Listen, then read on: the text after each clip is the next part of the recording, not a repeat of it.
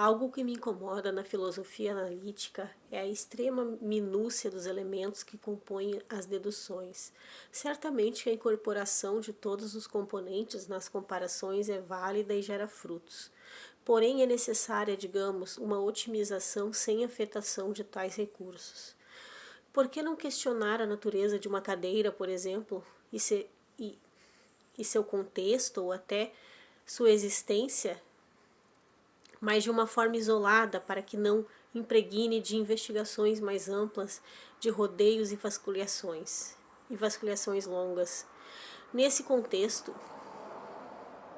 o considerado fato poderia ser questionado e considerado de uma maneira mais demarcada, mas em investigações mais prioritárias.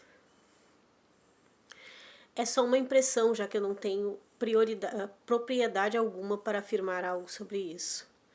Ao longo de eras microcósmicas e particulares de investigações, obtive deduções que me saciaram consideravelmente.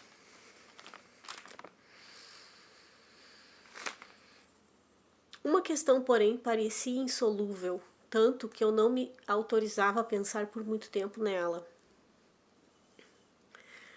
Acontece que o depois chega, e com ele a consciência de que o que nos parece insolúvel ou é elucidado ou permanece assim para sempre. Uma questão, tal questão que parecia insolúvel, consistia em que, admitindo como pressuposto lógico e razoável a massa única que é, esta massa homogênea, aí está. 2 palmos, talvez 3, se clareava à minha frente. Tal foi minha dedução. A massa é uma, mas os aspectos são muitos. Bem, o Supremo possui necessariamente componentes exatos, pois se assim não fosse, se ele criasse ou captasse novos componentes, isso o colocaria passível de mudança da sua essência, que é o que o define. Sendo assim, já não seria mais supremo. Então, se há mais de uma consciência, precisamos de um número exato. O impasse nesse caso consiste em que um número exato também o limitaria, o supremo. E assim não haveria correspondência com o conceito de supremacia. Bem, o único número que não lhe tira este atributo, nem por um extremo nem por outro, é o número 1. Logo, teríamos uma consciência. Isso, o princípio, nos passa a ideia de hegemonia, uniformidade, uma uniformidade absurdamente triste. Surge então a consideração dos aspectos. Logo, uma massa, uma consciência com muitos aspectos. Bem, recaímos no mesmo problema. Quantos aspectos há? Um número exato de aspectos não afetaria o atributo fundamental da supremacia da consciência universal e original, pois se refere à composição do Supremo, ou seja, da própria existência. Certo. Há uma única e suprema massa. E quantos aspectos? Quais são esses aspectos? Partindo-se da forma ideal que acabei de apresentar, estes aspectos estão em tudo, recebendo uma interpretação distorcida de nossa psique e intelecto.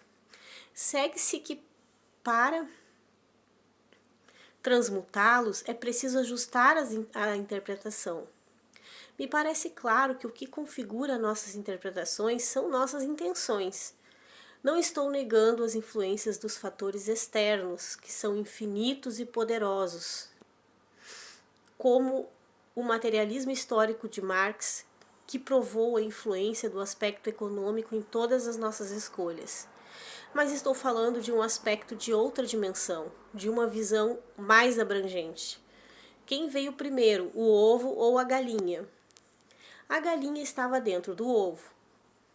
Tudo começa com uma semente interna, que germina.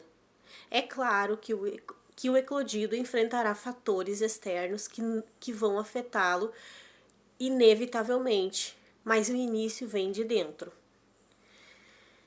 Eu diria da intenção, pois podemos ver